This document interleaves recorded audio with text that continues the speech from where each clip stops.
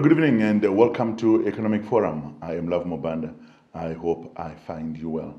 Economic Forum, as the title says, is a program that looks at the various aspects of the Zimbabwean economy. And we talk about agriculture, we talk about commerce, mining, industry, finance, tourism. But we thought today, look, as much as we need to talk about the economy, if you talk to the average man today about the economy, you get statements like, I'm stressed about it. And so we said, what is stress? And decided to talk to somebody who deals with that area of things. And so we have in the studio Tony Friday, who is the founder and director of the Global Institute of Emotional Health and Wellness. Tony, welcome to Economic Forum. Thank you. It's good to be here. Now, when someone says, I'm stressed, if you ask them about the price of things, if you ask them about the availability of electricity, if you ask them about fuel, what exactly do they mean, I'm stressed? Do people actually understand what they're talking about when they say they're stressed, or is this a stock response? I think stress is the word that people use to cover when they're just trying to describe the state of their mental and emotional health. It's the word that people are most accustomed to. It's also the word that people are more comfortable talking about.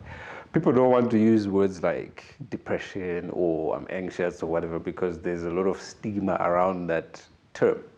So people deny that they are depressed, but I actually think that we have more Zimbabweans depressed right now than they've ever been because of a lot of things that are happening. Could this be the reason why yours is the Global Institute of Emotional Health and Wellness and not the Global Institute of Depression?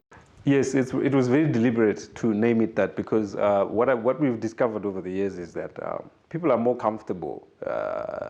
Someone can say, my emotions are not well and it's not an issue, but the moment you start saying mental, the moment you mention that word, automatically there's all sorts of stigma and reactions you get around that. So what we're trying to do is we're trying to normalize it and have a conversation about it without the stigma, because the stigma stops people from having the conversation and getting the appropriate help that they're supposed to get when they're suffering from mental and emotional health issues.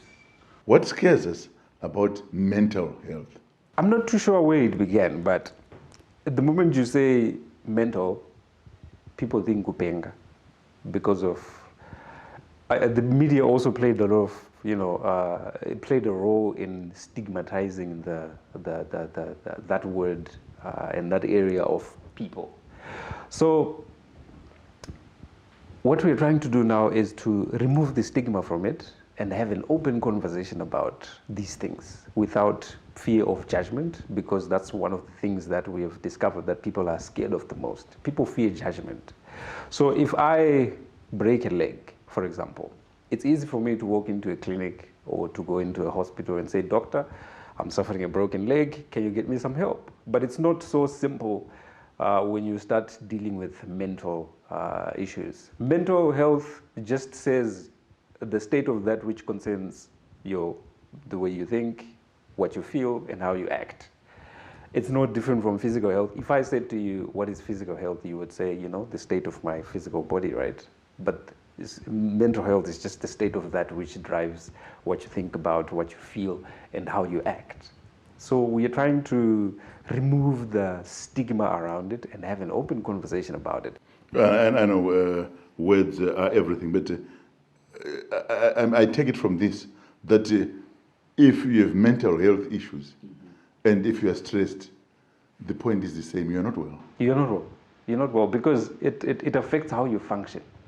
The reason why we are having this conversation about mental health is because it affects every area of life. I cannot think of one single area of life that is not touched by your mental health. Let's start with the family, for example. If you are not mentally healthy as a mother, the whole family is in trouble, correct? If you are not mentally healthy as a mom, the whole family is in chaos as a father, If you're not mentally healthy as an employee, the whole company is in chaos. In fact, we can trace the bottom line of the company right down to the mental health of their employees. your physical health is affected by the state of your mental health. There's a lot of sicknesses that are, in fact, 87 to 95% of visits to the doctor in this day are thought-related sicknesses and have nothing to do with the environment. 87 to 95%. Can you imagine that? So if we could look after the one thing that anchors all of these arenas of life, we will not have to deal with a lot of the things that we're dealing with right now. So it's a very important conversation to have. You're talking of that huge percentage, and yet when we talk health, generally, we're talking about non-communicable diseases, we're talking about infectious diseases, we're talking about the cancers, the HIVs, the choleras. Why are we not giving mental health or emotional health the importance that it deserves? I think it's a messaging issue. HIV is as big as it is today because we did what? Back in the late 80s, we started going to town about HIV. And HIV is as popular as it is today because of the way that it was covered in the media. You know, it was given the priority that it was supposed to be given. But I think the time has come for us to start shining the limelight on mental health. We need to channel resources to it. It should be one-to-one in terms of everywhere we have a hospital for physical conditions, we should also have a hospital or a facility for mental health conditions. The time has come for us to start doing that.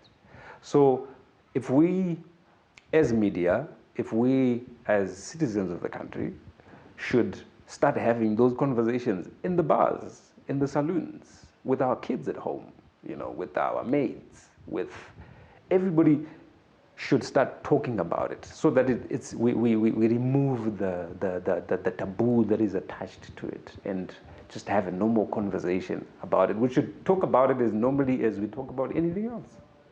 I suppose it doesn't help in the promotion of emotional health that it is not that visible. Say emotional unwellness is not that visible. If physically you're not well, I can see you limping. I can see that you're having problems grasping things with your hand. I can see that your eye is swollen. But if you are emotionally not well, it is possible to look well. It is. I think that the signs are always there. I'll talk about some of the most common illnesses that society is facing right now. A lot of people are suicidal. A lot of people are depressed. The signs are there.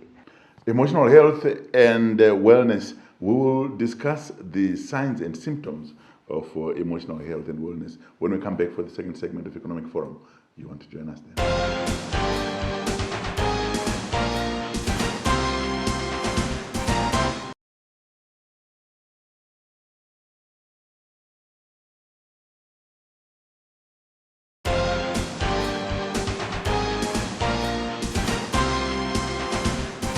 Welcome to the second segment of Economic Forum. We are talking today to Tony Friday, who is the founder and director of the Global Institute of Emotional Health and Wellness. Tony, we just studied about the signs and symptoms of not being well emotionally. If you can just talk a bit more about that.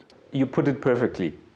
You had said, for someone who is limping, you know that's a sign of someone who's not physically well. What I actually do when I speak to kids, because I also preach mental and emotional health to kids in schools. So what I do is I have them do a little exercise and I say to them, how do you know when someone has a flu? And then they will describe all the symptoms of flu to the T. But for some reason, when you ask them, how do you know when someone is not emotionally okay? They have to think about it, right? So let's talk about some of the most common, telltale signs of someone who is not emotionally well, right? When I grew up, my mother used to say, as in you make my blood pressure shoot up.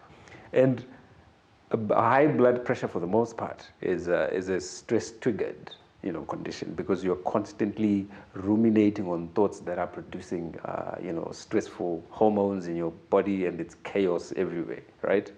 So I think right now, if you walk into any shop, just observe how people look when they get to the till. No one looks happy. They look they have a certain countenance on their faces. You know, they are absent-minded.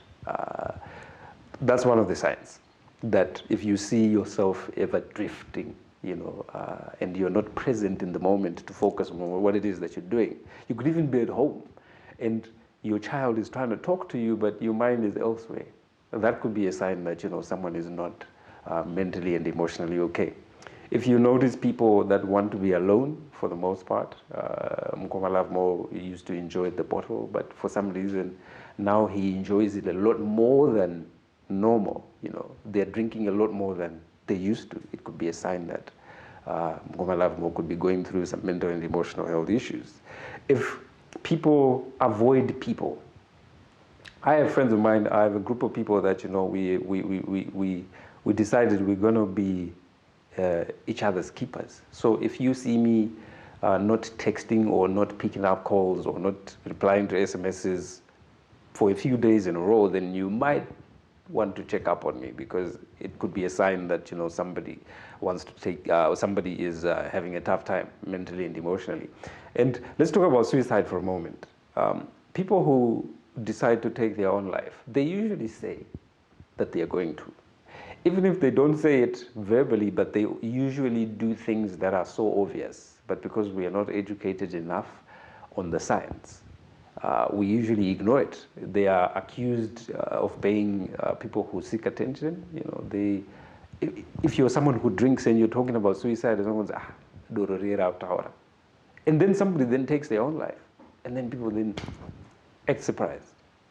What happened? But they did say. The signs were there, but we just didn't pay attention enough. So these are just some of the most common. Physical sickness can also be a sign of mental and emotional health gone wrong, because the two are linked. What happens here affects everything else that goes down here. Heart conditions, skin diseases that are directly linked to stress hormones that are triggered by consistently ruminating on thoughts, or, you know, of things going wrong. You know, if you're too negative, that triggers conditions in your body, because your body is one.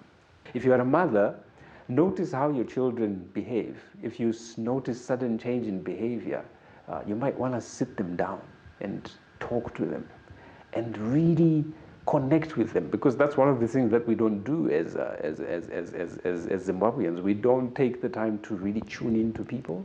We are always on our phones, and we are very self-centered. Well, the reason there is people actually say it's not that we are self-centered. It's because we are trying to produce for other people. We're doing the hustle. Yeah, but what good is a hustle if it destroys you and it destroys your family? There's got to be a balance between the two. So what about at the workplace? How can an employer see that in their employee?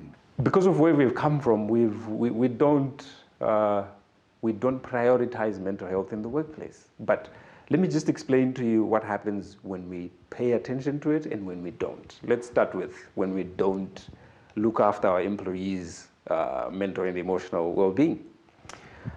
You will relate to this. How many times did you call up, you know, the boss or an employee called you and said they want to make it to work that day because they are not well? Many times. If it's one employee, 2 employees, or 3 employees, imagine what this does to the bottom line, right? And eventually, all of these things will add up, and, you know, staff turnover, things like that.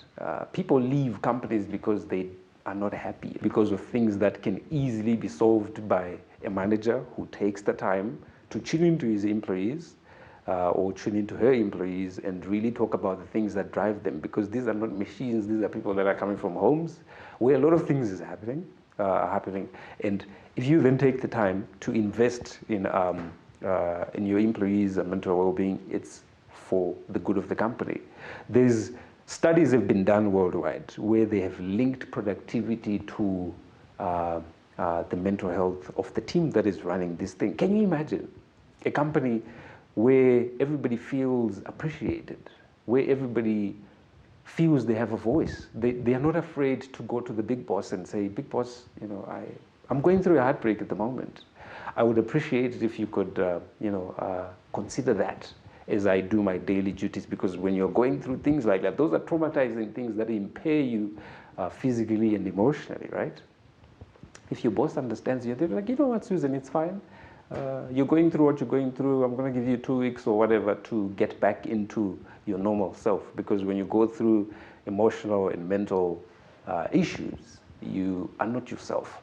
But we are almost expected to be machines in this economy, regardless of the fact that we're going through so much at home. So if we then start having a conversation with one another, you know, instead of you just firing someone, find out what it is that's making them do, or something that is making them not do what they're supposed to do, and really get to the bottom of you create a relationship with your employees, you increase their productivity because they feel appreciated and they're happier, because at workplaces is where we spend most of our lives, isn't it?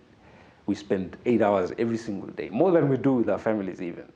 So it makes sense that companies start to invest in the mental and emotional health of their employees for that reason, for productivity, and it will make your job easier as a manager.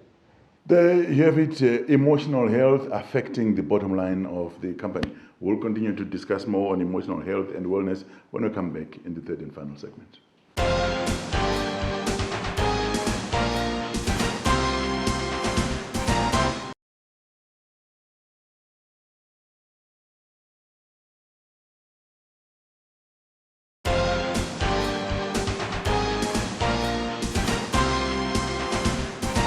This is the third and final segment of Economic Forum, where this evening we're talking to Tony Friday, who is the founder and director of the Global Institute of Emotional Health and Wellness. Tony, we said people spend a lot of their time at work, and so it is important that we be on the lookout for emotional health at work. Yeah.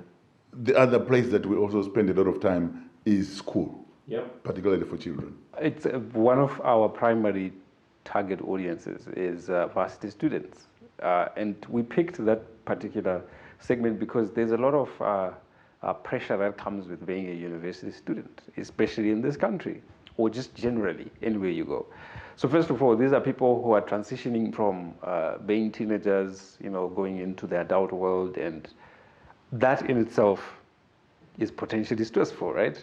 So you will need a strong support system around campus to help you deal with that. Then there's the obvious, you know, things are not well, the economy is not well, and, you know, mommy, daddy, or whoever the guardian is, has to, you know, scrounge around for the last penny to put you into school. And then you have to worry about accommodation, you have to worry about food, you have to worry about all these things that you're needed to do. That is enough to bring anyone to their knees mentally and emotionally. Then there's relationships around campus.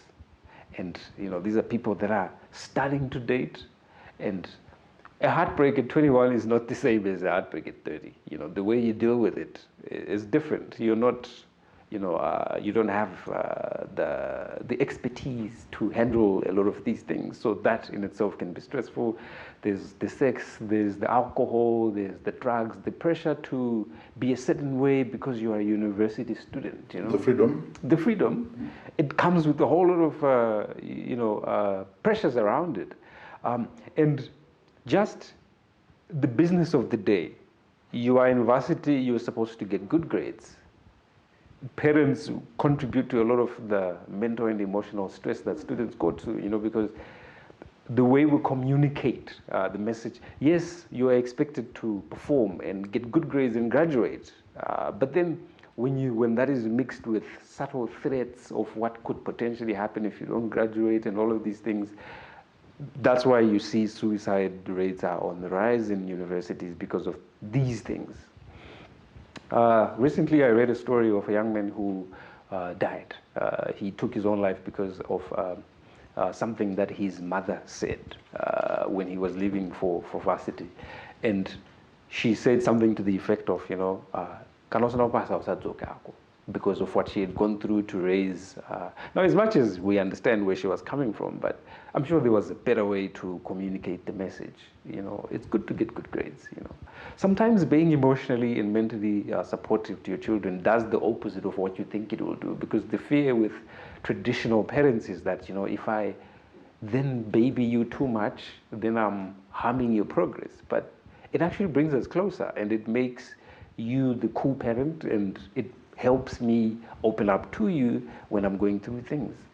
What about the school child below varsity level, let's say high school, secondary school? The pressures are the same, almost the same, because depending on where you're coming from, you are expected to be a certain way.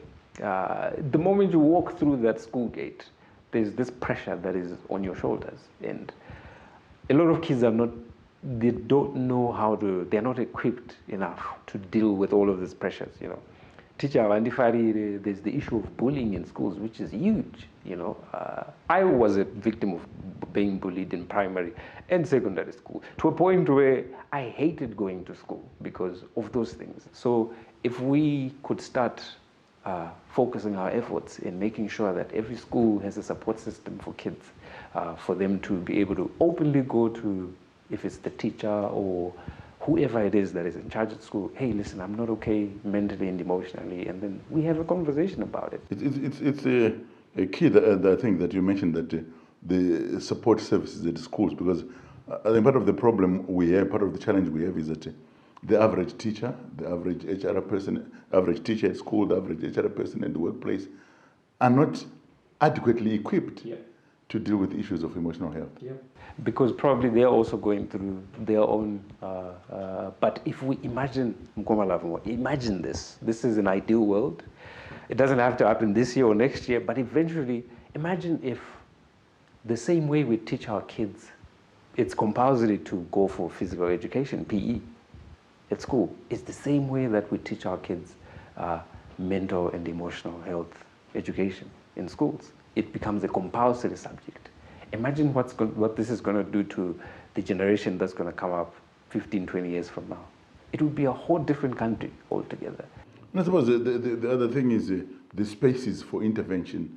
The fact that, we mentioned the universities, for example, but if you're a university student and we can see that you're well, and we see you going to the clinic today, and we see you going there tomorrow, people wonder now, why does this person go to a place for those who are not well when they are well?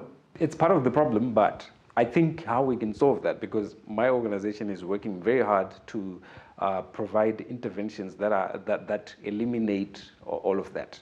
So we are focusing our efforts in coming up with interventions that are very friendly for young people, that eliminate a lot of the hoops that they potentially could go through if they should ever need help. What about things that you and I can do to help each other? Human beings are created they are wired scientifically for relationship and love. So having said that, you and I will function at our best if we are in relationship with each other and if we walk in love. I know it sounds cliche, but love really anchors mental health. The foundation of good mental health is a perception of love and a perception of relationship. People die of loneliness. Loneliness is the second leading cause of death around the world. Think about that for a second. Loneliness comes when you perceive it. Loneliness doesn't come because there are no people around. It comes when you don't perceive to have a connection with anyone. So when you forge meaningful connections with people, if you and I went for coffee every week and catch up, if you took the time to put your phone down and sit down with your kids and say, Tolerai, how are you? How's school? Tell me how you really are. That doesn't cost anyone anything. It's just a small investment of time. It builds over time, because what you're building is a perception of relationship and a perception of love. Because if I sit with you and I'm talking to you and I'm listening to you, all of that is a love language for a lot of people. We have a suicide hotline, and one of the things that people say when they call us is, I just wanted someone to listen to me the same way that you have listened to me. And does that cost any money for anyone? No. But just you being present, you taking the time to connect with your people, the people that are around you. So that is something that we can all do. And of course, if you're dealing with the more clinical, serious cases, by all means, seek the help of a professional. There's a couple of rehab centers in Harare. Even outside Harare, there's a lot of places that you can go to. There's suicide hotlines that you can call and seek the information, get help. There you have it, emotional health and wellness and love and relationships go a long way in ensuring that. Thank you very much, Tony Friday. Thanks so much.